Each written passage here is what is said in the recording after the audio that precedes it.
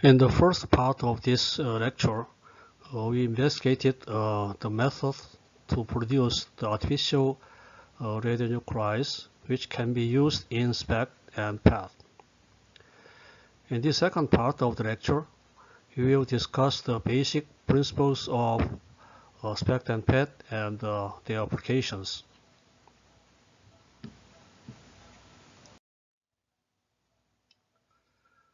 To be used for disease diagnosis and treatment, a radionuclide must meet certain criteria.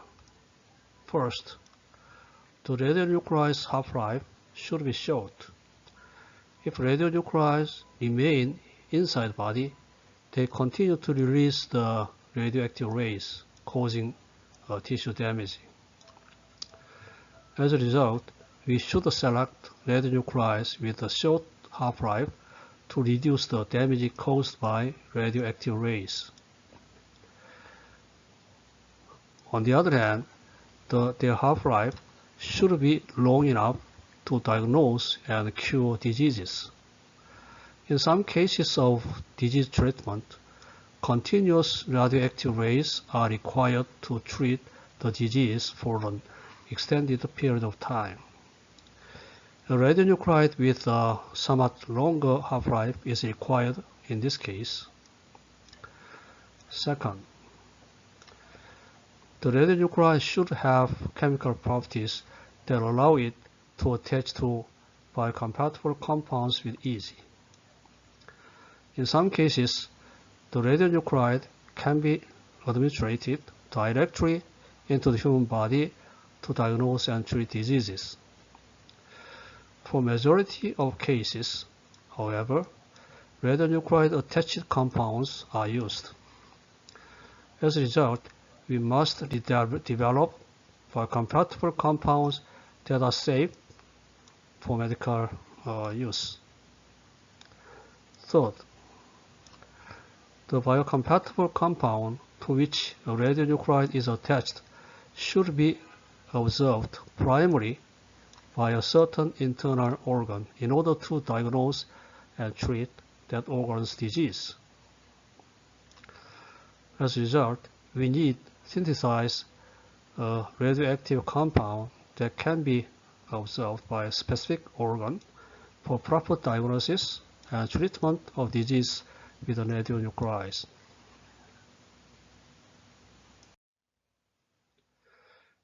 Radiopharmaceuticals are radionuclide compounds, or simply we can call nuclear medicine. Many nuclear medicines have been produced and are currently being utilized to diagnose and cure disease in specific organs. This table shows some radionuclides for medical use. Most of organ we can apply TC99M.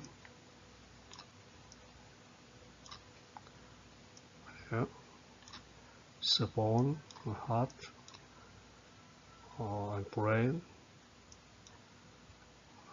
kidney, and thyroid. We can use iodine, and for tumor we can use gallium 67 or fluorine 19. So in most cases we are using TC99M for diagnose and treatment of disease. And the TC99M is produced by radionuclide generator. And iodine 131, you can obtain this radionuclide in a nuclear reactor, which can be reproduced during the fission. And xenon also you can obtained in the nuclear reactor. Okay. And fluorine-19 we can obtain using the cyclotron. And nuclear medicine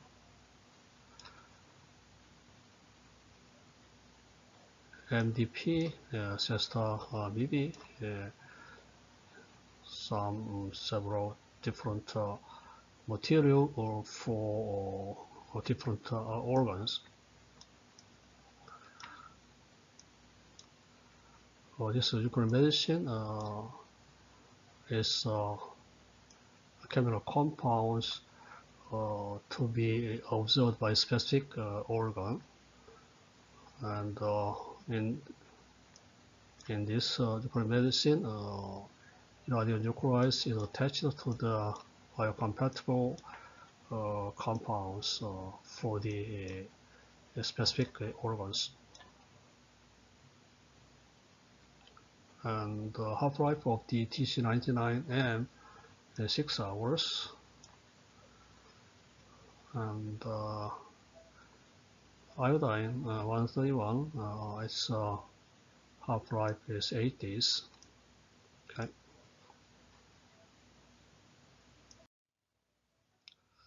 Now let's see the gamma camera. The gamma ray detector follows rectilinear rules and detects the radioactive rays released from the radionuclide delivered into the body in the rectilinear scanning procedure. This scanning approach is similar to what is used on CRT television. However, obtaining an image from this scanning method takes a long time. In 1958, Hall-Anger invented a new type of gamma ray detector. Without scanning, this detector can measure radioactive rays from a wide range at once. The gamma camera is the name given to this detector. The basic structure of the gamma camera is identical to that of a scintillation counter. The only difference is that it has a collimator. There's collimator here. The figure depicts a schematic diagram of a gamma camera. The source of gamma rays in the body emits them omnidirectionally. So in every direction, gamma ray is emitted. So once nuclear medicine is injected into the human body, then that nuclear medicine is observed by a specific organ, and there radionuclides emit gamma ray in all directions. So we must selectively detect the gamma rays projected straight from the source to the detector in order to determine where the gamma rays originate.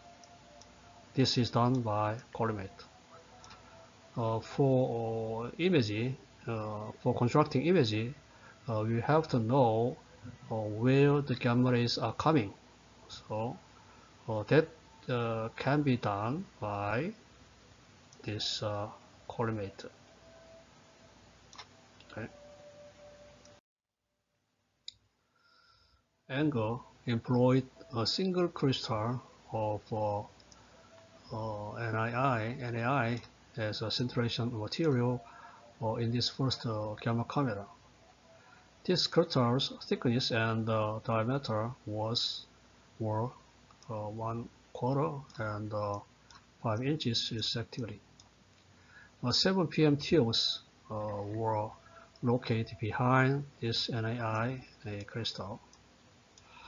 This gamma camera allowed him to identify gamma rays from a wide range at once without having to scan. The collimate is the most significant component of the gamma camera. So collimator. It allows us to detect the gamma rays that are projected directly from the source to the detector. A collimate's most basic structure is lead plate with many holes. Only gamma rays with a direction parallel to the hole can reach the scintillation material through that hole. If they aren't, they are observed by lead. NAI atoms are excited by gamma rays flowing through the collimator. By changing their energy state, excited NAI atoms release light. The light is amplified and detected by PM tube.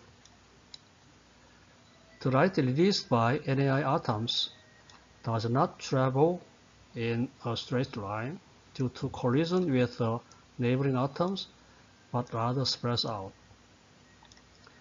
As a result, some of the dispersed light can make its way into the PM tube. As a result, average signals should be used to determine the position of the NAI crystal into which the gamma rays enter.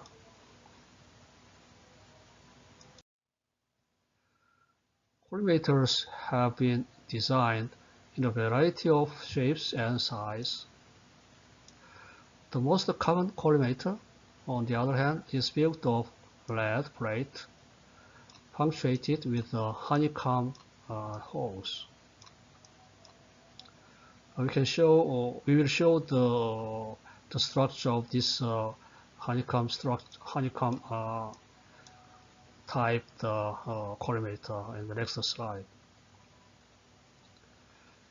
Depending on the direction in which the holes in the collimator are punctured, the image is enlarged or shrunk. The figure below, this figure, illustrates this. The image is neither amplified or nor diminished when using a collimator with parallel holes. This one. So there's no parallel is so no amplified and no diminished. In the case of the pinholes or converging collimator, so this pinhole and this converging collimator, on the other hand, the image is amplified. You can see here, image is amplified.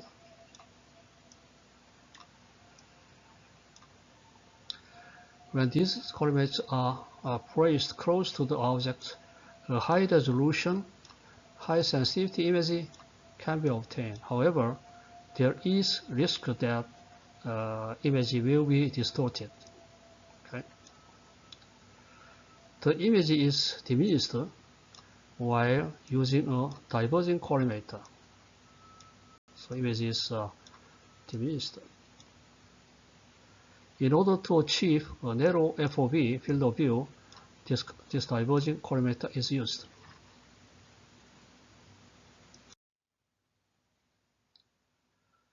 This figure is a schematic diagram of a typical gamma camera. Behind the collimator is a single NAI crystal. This one. Scintillation crystal. The light generated by NAI atoms is directed into the PM tube via light guide. To amplify the light photons entering the light guide, an array of PM tubes is positioned behind it. Angle's original gamma camera is used a single NAI crystal with a thickness of a 1/4 inch and a diameter of 5 inch. Behind the NaI crystal, he placed 7 PM tubes. An NaI single crystal with a half-inch thickness and a 7-inch diameter was utilized in the first commercial camera in 1960. 7 PM tubes are used in this gamma camera as well. After that, the size of NaI's crystal grew larger, as did the number of PM tubes, which reached 19 in 1963. NaI crystal with maximum diameter of 24 inches and a maximum of 91 PM tubes is employed in the gamma camera now, used for clinical applications. This picture shows a honeycomb type collimator. Okay. So the structure is similar to the honeycomb. Okay. So the gamma ray through the honeycomb structure and hit the NaI and make light, and that light is amplified by PM tube.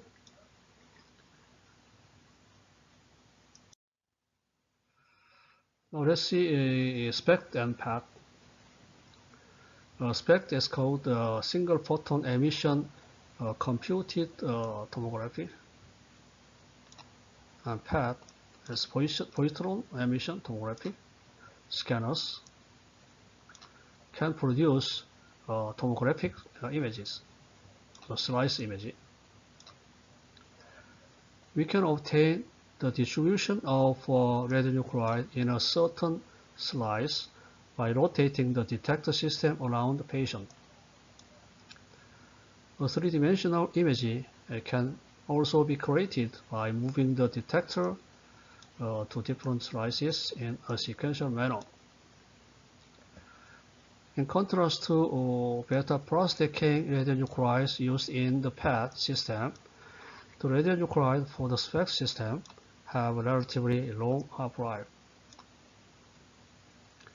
A nearby nuclear reactor or radionuclide generator can thus be provided these radionuclides. The beta-plus decaying radionuclide, on the other hand, have very short half-life, ranging from seconds to minutes. As a result, the PET system's beta-plus decaying radionuclides should be generated on the spot.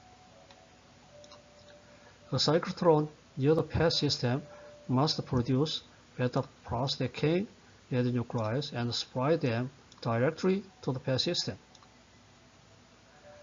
As a PET radionuclide tracer, FDG was developed in 1976. In contrast to other beta-plus decaying radionuclides, fluorine-18 has a relatively long half-life of 110 minutes. As a result, there is no need to install a cyclotron near the PET system. Instead, another reactor or cyclotron within a 2-hour distance can provide the nuclear medicine FDG.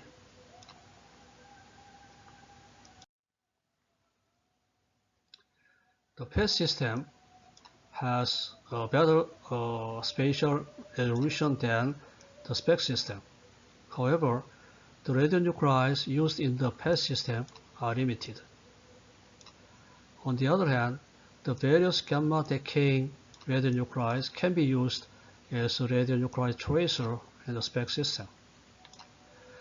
Both the systems are currently in use in hospitals for medical diagnosis.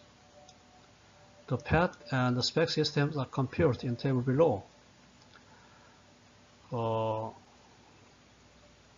PET systems much expensive than the SPECT systems.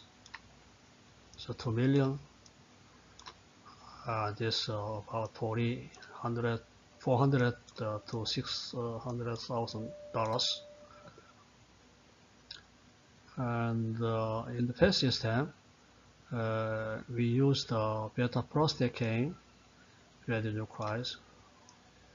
In most of case, we are using 18 FDG.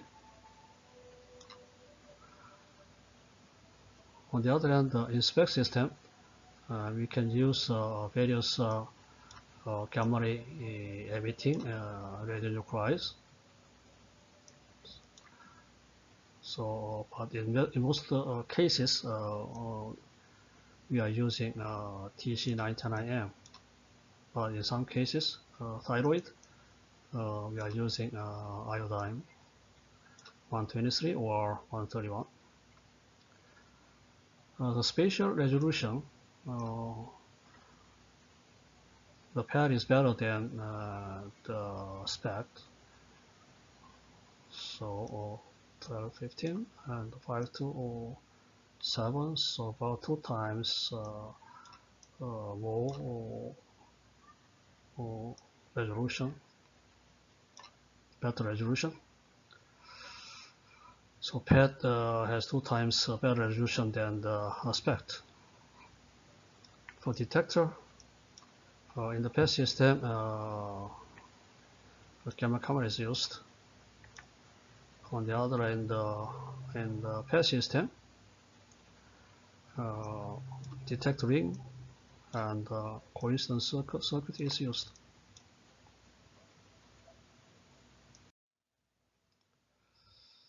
Nuclear medicine radionuclides are injected into the human body to target a specific organ, and the radionuclide observed by the organ emits gamma rays in SPECT and PET scanners. Detectors positioned outside body detect these gamma rays.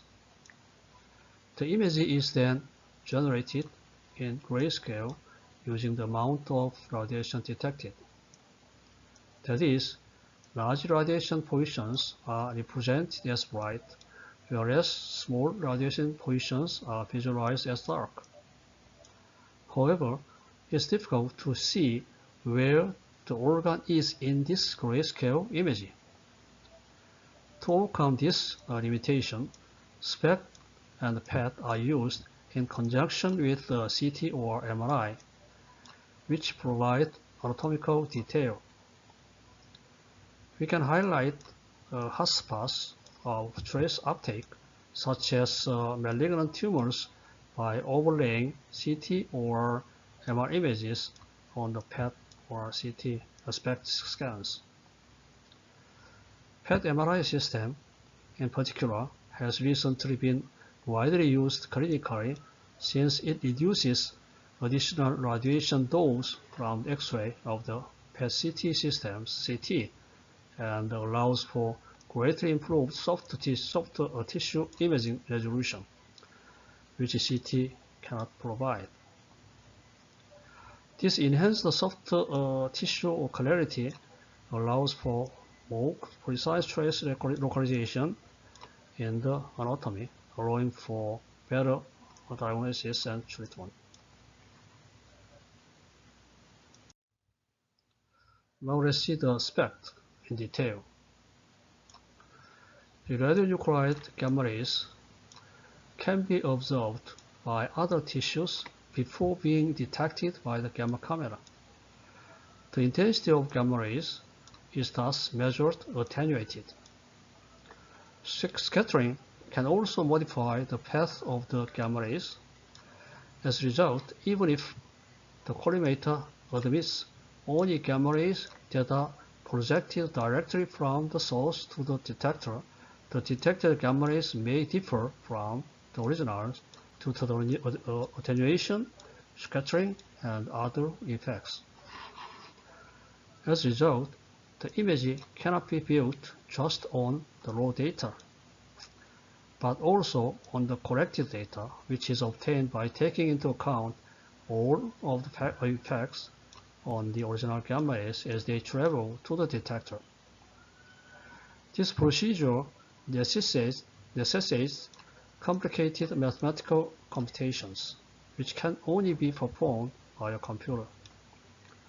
SPECT image formation is quite similar to the X-ray CT image formation.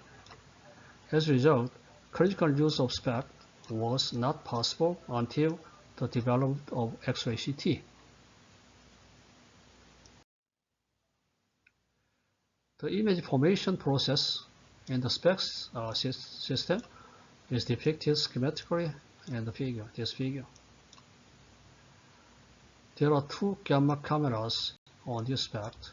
We have two gamma cameras. Before exiting the body, the gamma rays released by radionuclides interact with tissue molecules. So, and this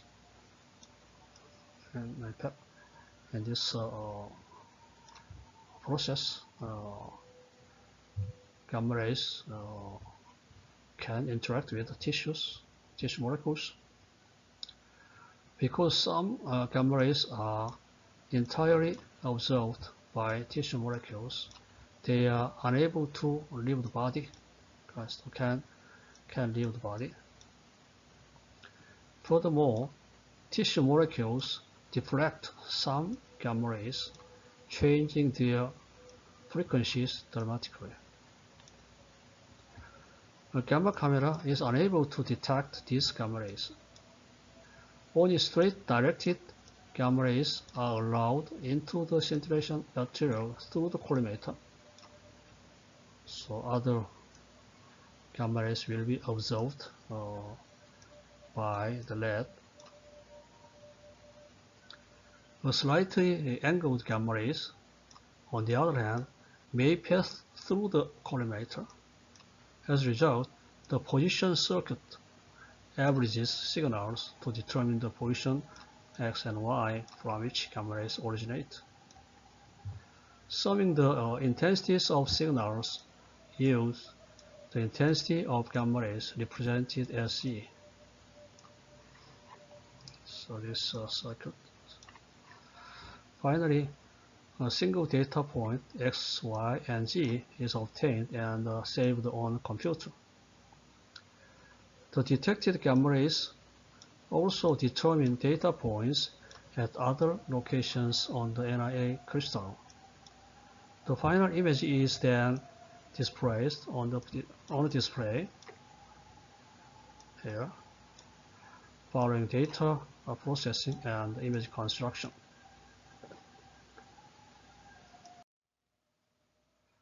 The data is obtained by turning the camera in 30 to 6 degree increments until it reaches 180 degrees. These data are used to generate a tomographic image. This application of image construction is similar to that employed in X-ray CT. By repeating the procedure, more tomographic images at different slices can be taken and three-dimensional image can be created as a result. This shows the SPECT scanner.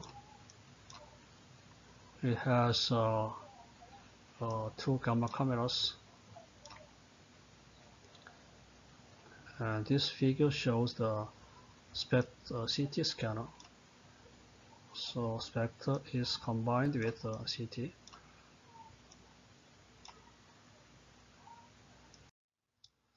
Well, now next see the PET. A nuclear medicine using beta plus decaying radionuclide is employed in the PET imaging. When a radionuclide is injected into the body and then absorbed by the target organ, positrons are released as the radionuclide decays, because that is the beta plus decaying radionuclide. So positron are released. Positron's kinetic energy is the energy left after they decay. As positrons collide with tissue molecules, their speed drops. Actually, positrons can only move for around 1 millimeter before stopping. When a stationary positron and an electron meet, they are annihilated and two gamma rays are produced. This is known as pair annihilation. And it can be expressed as this.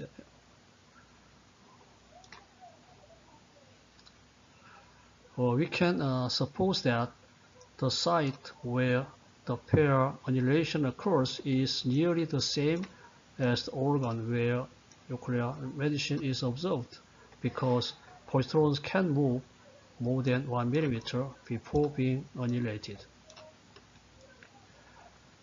The energy sum of two gamma rays must equal the energy sum of two particles according to the energy conservation law. However, both particles have only their mass energies because they are stationary before annihilation. So here both particles, electron and the positron. So electron and positron have only their mass energies because they are stationary before annihilation. Most electron and positron have the same mass. Each particle's mass energy, designated by mc square, is calculated to be 511 keV. As a result, the energy of two gamma rays produced by pair annihilation is 511 kV each.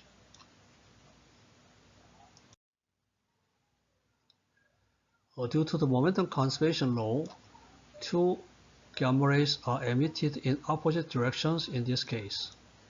Before annihilation, the electron-positron system's total momentum is 0. As a result, the sum of the momentum of two emitting gamma rays must be equal to 0. To satisfy the momentum conservation law, two gamma rays must travel in completely opposite directions. Because two gamma rays are emitted in completely opposite directions, the circular array of radiation detectors can detect them. So you can use circular detector ring. The figure depicts the basic concepts of radiation detection in PET. So this figure shows the pair annihilation. Positron and electron, they are annihilated, emitting two gamma rays in opposite directions. Two scintillation counters in a circular detector array detect the two gamma rays emitted from the location where the pair annihilation occurs.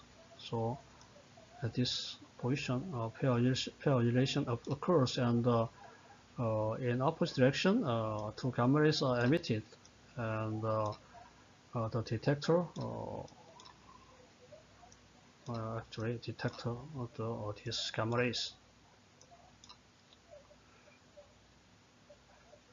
The source of gamma rays is then found anywhere along the line connecting two scintillation counters. So if gamma rays are detected here and there, then the source of gamma ray will be somewhere connecting these two lines, so somewhere between here.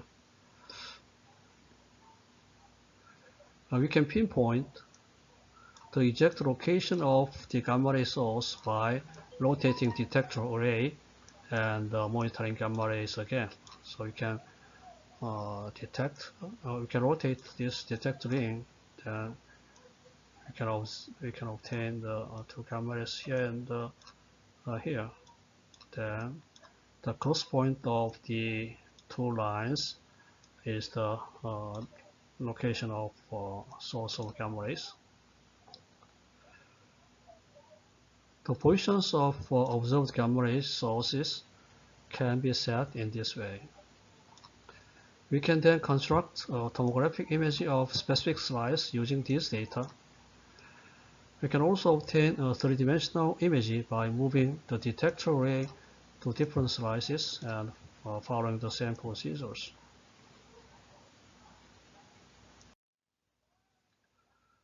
A PET device with three sets of detector ray.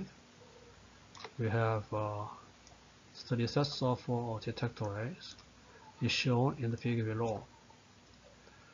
A coincidence circuit determines the positions of the gamma ray source.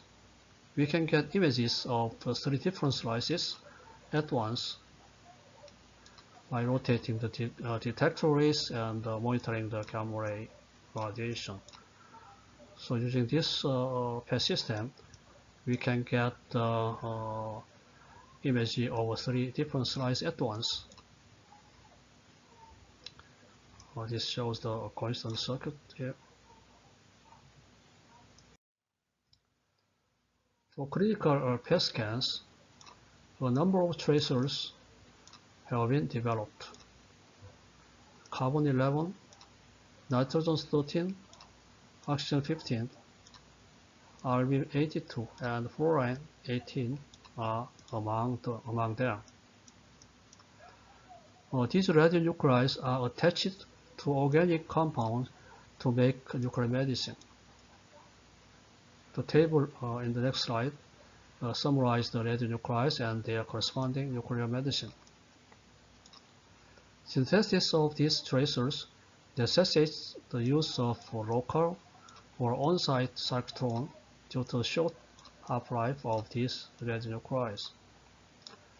However, an on-site SR82 and Rb82 generator, radioactive radionuclide generator, can produce Rb82, avoiding need of cyclotron. So in this case, we don't need the cyclotron to generate the Rb82.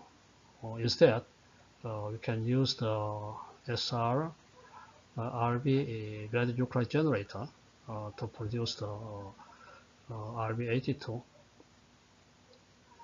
More than 85% of all clinical PET scans use the radionuclide 18, fluorine 18, which is usually synthesized as 18-FDG, fluorodeoxyglucose. The term 18-FDG refers to nuclear medicine that uses isotope fluorine 18 attached to the sugar, deoxyglucose.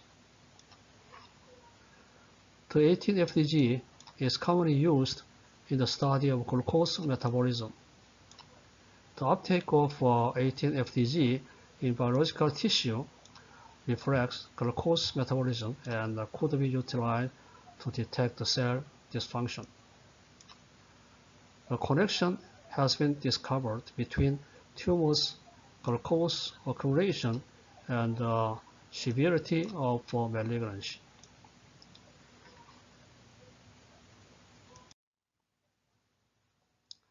This table shows the radionuclides used in the PET system. Carbon-11, it has very short half-life, 20 mils, and this carbon can be produced using a cyclotron. Target gas is nitrogen, and this nitrogen bombarded by proton to produce carbon-11, or boron-10 can be bombarded by deuteron to make carbon-11. So the nuclear medicine for using the carbon-11 as a CO to measure the blood volume, or C11 or methionine can be used to test the metabolism of brain tumor. Nitrogen 13 is half-life is just 10 minutes, and it can also be obtained from cyclotron. Oxygen is bombarded by a proton, and you can have nitrogen 13. Or carbon is bombarded by proton, you can also obtain the nitrogen 13. And nuclear medicine, you can use NH3, which is used for the measuring the myocardial perfusion.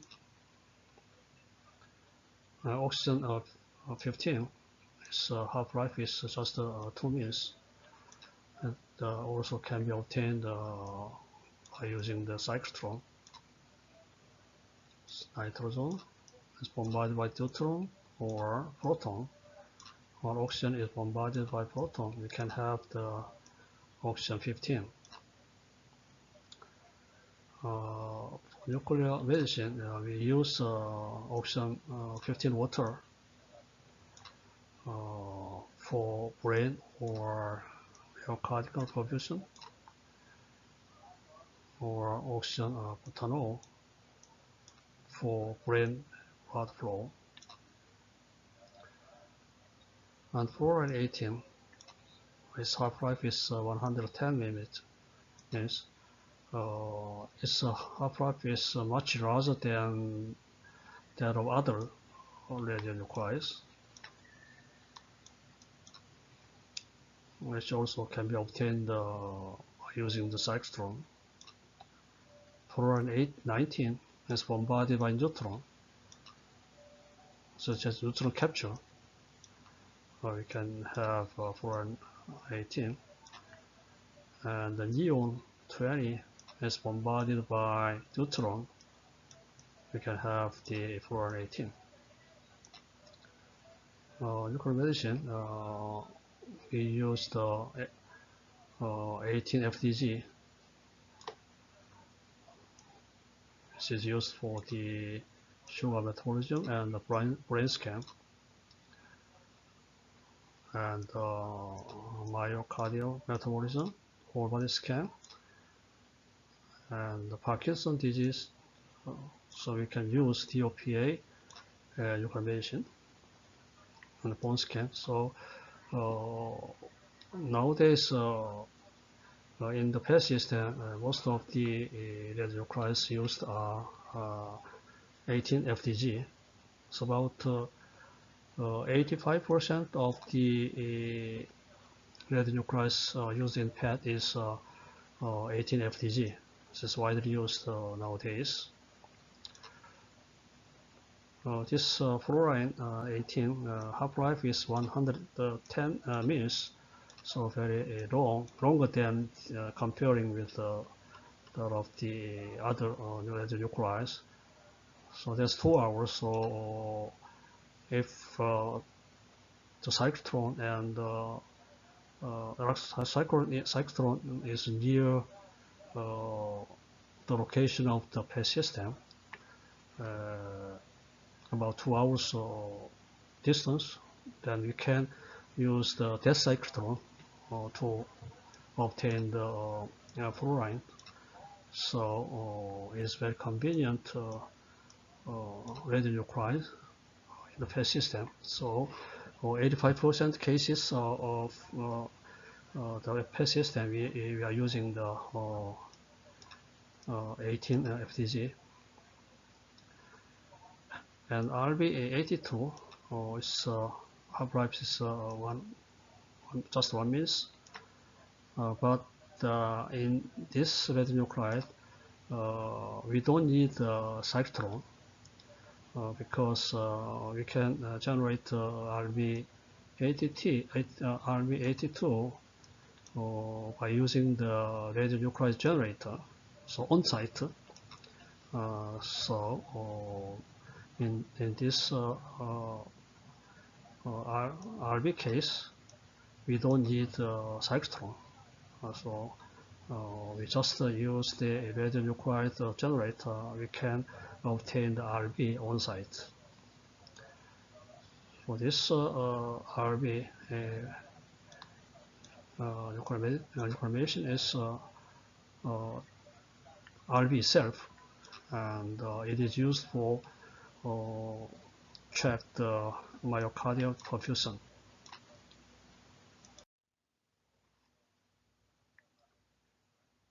(18-FDG) can be used to investigate brain's glucose metabolism.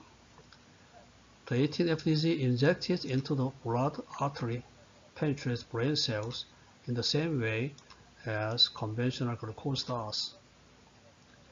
The rate of uptake of 18-FDG is similar to that of normal glucose uptake. By measuring how much 18-FDG is taken up, we can observe the activity of various areas of brain. The main advantage of fluorine 18 as a radionuclide tracer for PET imaging as compared to other beta prostacane radionuclide is its relatively long half-life.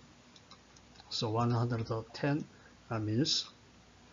The half-life of fluorine 18 is nearly 2 hours, while other beta prostacane radionuclides have a half-life of only a few minutes or at the most. As a result, a cyclotron near the PET system should be used to generate other beta prostacane radionuclides. However, because fluorine 18 has half-life of about 2 hours, it may be given to the PET system from a nuclear reactor or cyclotron placed at a distance of about 2 hours. As a result, 18-FDG is now widely used as the tracer in most PET systems. PET system is also combined with MRI, and this image shows the PET system image and the CT image.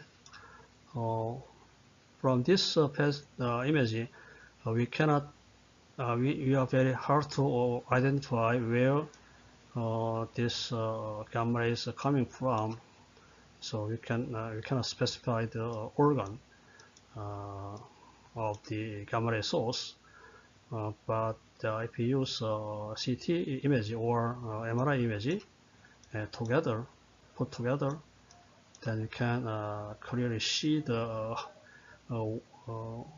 from where the gamma ray is coming. So we can specify the organ of the gamma ray source.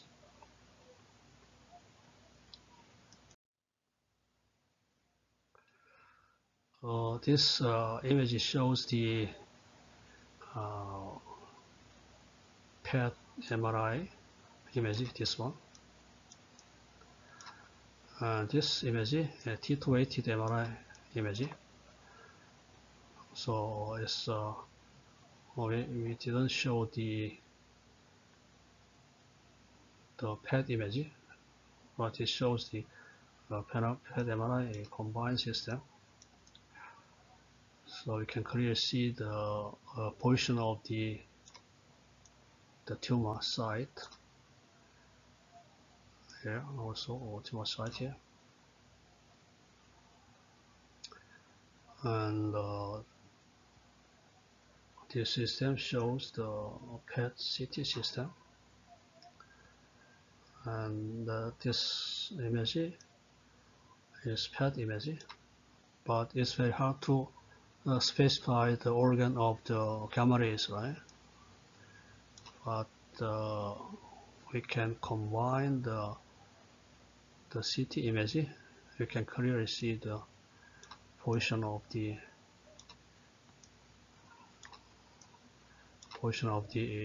gamma rays source, and then we can identify the position of the tumor cancer.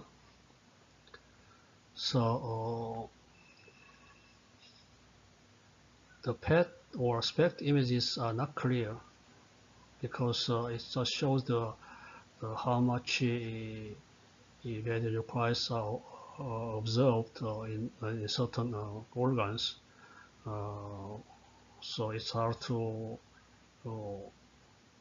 specify the position of the organ.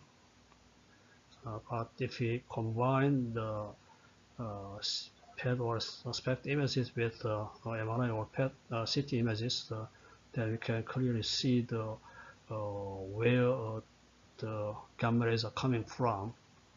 So the position of the organ of the gamma rays, so it's clearly specified the position of the cancer or tumors.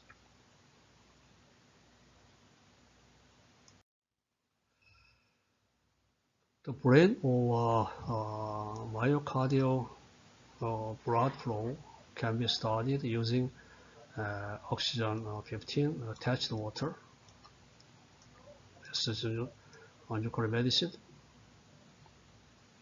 to check the brain or myocardial blood flow. This liquid is injected directly into the bloodstream.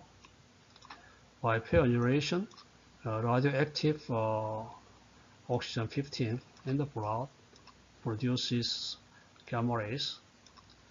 As a result, intense radiation detection at the specific location shows that the blood flow is active there. The brain cells do not store energy. As a result, energy must be delivered primarily on demand. Blood transports glucose, the energy source, to the cells. As a result of the increased local energy demand, more local blood flow is required, resulting in enhanced oxygen 15 attached water trace absorption. As a result, the blood flow in the brain is mapped, making tumor diagnosis possible. The PET system is used to detect the tumors in the brain, breast, and the lungs, among other places. The PET system can be used to determine coronary artery anomalies by monitoring at the metabolism of heart muscle. The PET imaging of neuroreceptor activity can also be used to track the evolution of epilepsy and Alzheimer's disease. The amount of nerve compound required for neuroreceptor activity is far too small, just a micromole for MRI to detect. So MRI can detect to this small amount of neuroreceptor activity, but it is possible if you use the PET system. However, the PET system can detect this, allowing that PET system to diagnose early Alzheimer's disease. The typical room arrangement in the PET center, this PET center, is shown in the figure. The cyclotron produces radionuclides, which are then attached to organic compounds in hot lab here. In a PET room,